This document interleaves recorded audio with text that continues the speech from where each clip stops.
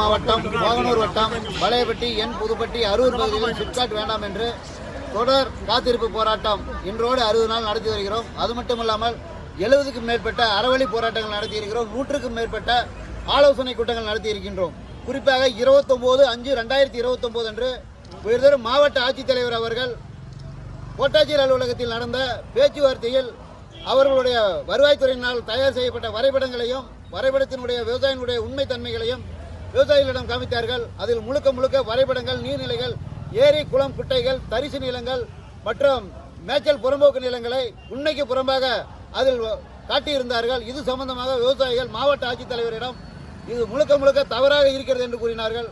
விவசாயிகள் உடனடியாக மாவட்ட ஆட்சித்தலைவர் 2 தினங்களில் சம்பந்தப்பட்ட அனைத்து அதிகாரிகளையும் குறிப்பிட்ட இடத்திற்கு அனுப்பி விவசாயிகளுடன் கலந்து ஆலோசனை செய்து வரைபடமும் விவசாயிகளுடைய உண்மைத்தன்மையும் காட்டப்படும் என்று தெரிவித்தார்கள். ஆனால் 1 வருடம் 1 மாதத்திற்கு மேலாகியும் எந்த விதமான பணியும் நடக்கவில்லை.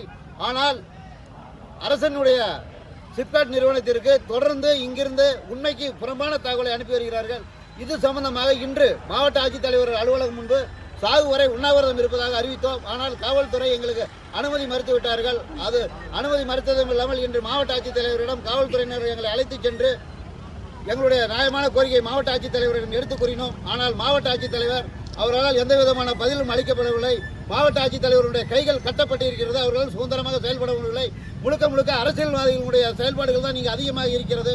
குறிப்பாக இங்கு எந்த விதமான பணியும் மேற்கொள்ளாமல் ஒரு தமிழக முதலமைச்சர் இந்த திட்டத்தை அறிவிக்கவில்லை. தொழில்துறை செயலாளரோ தொழில்துறை அமைச்சரோ இந்த திட்டத்தை அறிவிக்கப்படவில்லை. ஆனால் நேற்று ஒரு 2-3 தினங்களுக்கு முன்பாக இந்த மாவட்டத்தினுடைய திராவிட முன்னேற்ற கழகத்தினுடைய கிழக்கு மாவட்ட செயலாளர் கோழிப்பண்ணை உற்பத்தியாளர்களுக்கு முட்டை உற்பத்திக்காக 150 ஏக்கர் வழங்கப்படும் என்று தெரிவிக்கிறார். அப்படி என்றால் இதனுடைய யாருடைய அதிகாரத்தில் இந்த மாவட்ட நிர்வாகம் செயல்படுகிறது என்பது மக்களாட்சி நடைபெறுகிறதா இல்லது சர்வாட்சி நடைபெறுகிறதா என்பது எங்களுக்கெல்லாம் ஒரு கேள்விக்குறியாக இருக்கிறது. ஆகவே முழுக்க இந்த பதிவுடைய எடுக்கப்பட்ட அனைத்தும் சட்டத்திற்கு புறம்பாக, நிலையெடுப்பு சட்டத்திற்கு புறம்பாக செயல்படுகிறார்கள்.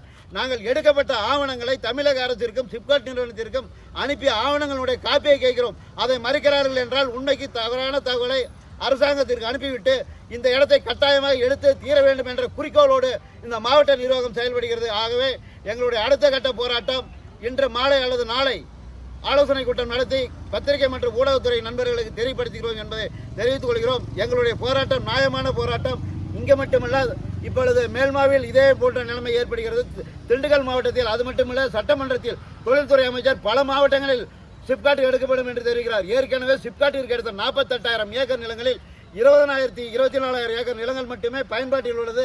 மீதமுள்ள 24,000 ஏக்கர் எந்த விதமான பயன்பாடும் இல்லை. அது மட்டுமல்ல, தமிழக முதல்வர் பல்வேறு நாடுகளுக்கு சென்று தொழில் முதலீட்டை ஈர்த்து வருவதாக கூறினார். ஆனால் தகவல் பெறும் உரிச்சட்டத்தில் எங்கே தொழில் துவங்குகிறீர்கள் என்று கேட்டால் அங்கொன்றும் இங்கொன்றுமாக சரியான பதிலை மூடி மறைக்க முயல்கிறார்கள். அது மட்டுமல்ல, நாமக்கல் மாவட்டத்தில் சிப்காட் வருவதற்கு முன்பாகவே 1800 தொழிற்சாலைகள் இயங்கி வருகிறது. 1800 தொழிற்சாலைகளில் 1300 தொழிற்சாலைகள் சிவப்பு ஆரஞ்சு மாசு ஏற்படுத்துகிற தொழிற்சாலைகள் தான் இங்கு செயல்படுகிறது. ஆகவே இங்கு தொழிற்சாலைகள் மீண்டும் கொண்டு வரும்போது நீர் மாசடையும், காற்று மாசடையும், சுற்றுச்சூழல் மாசடையும், பொதுமக்களுக்கும் குழந்தைகளுக்கும் மகளிருக்கும் பல்வேறு விதமான நோய்கள் ஏற்படுவதற்கு நீங்கள் வழிவகை ஏற்படுகிறது. சிப்காட்டினால் மக்களுக்கு எந்த விதமான பயனும் இதுவரை ஏற்படவில்லை. குறிப்பாக நாமக்கல் மாவட்டத்திற்கு கண்டிப்பாக இந்த சிப்காட்டே தேவையில்லை. மொத்தம் 3500 தொழில் நிறுவனங்கள் இதுவரை சிப்காட் நிறுவனமே தமிழகத்தில் போட்டியிடுகிறார்கள். அதில் 3/2 பங்கு நாமக்கல் மாவட்டத்தில் 1800 தொழிற்சாலைகள் இங்கு செயல்படுகிறது. ஆனால் மக்களுடைய உணர்வுகளுக்கு மதிப்பளிக்காமல் தமிழக முதல்வர் இதை பற்றி விவசாயிகளை சந்திப்பதற்கு 2 வருடமாக அவர் எந்த ஒரு விவசாய சங்கங்களையோ பிரதிநிதிகளை சந்திக்க மறுக்கிறார். விவசாயிகளுடைய நிலைமை நாளுக்கு நாள் மோசமாகிக் கொண்டிருக்கிறது. ஆகவே ஒட்டுமொத்த தமிழக விவசாயிகளுடைய சங்கங்களுடைய பிரதிநிதிகளை அழைத்து பேசி அடுத்த கட்ட நடவடிக்கை தொடரும். கண்டிப்பாக 2024 சட்டமன்ற தேர்தலில் எங்களுடைய விவசாயிகளுடைய நிலைப்பாடு எதிரொலிக்கும். நன்றி, வணக்கம். கே. பாலசுப்ரமணியன், விவசாய முன்னேற்ற கழக மாநில பொதுச் செயலாளர்.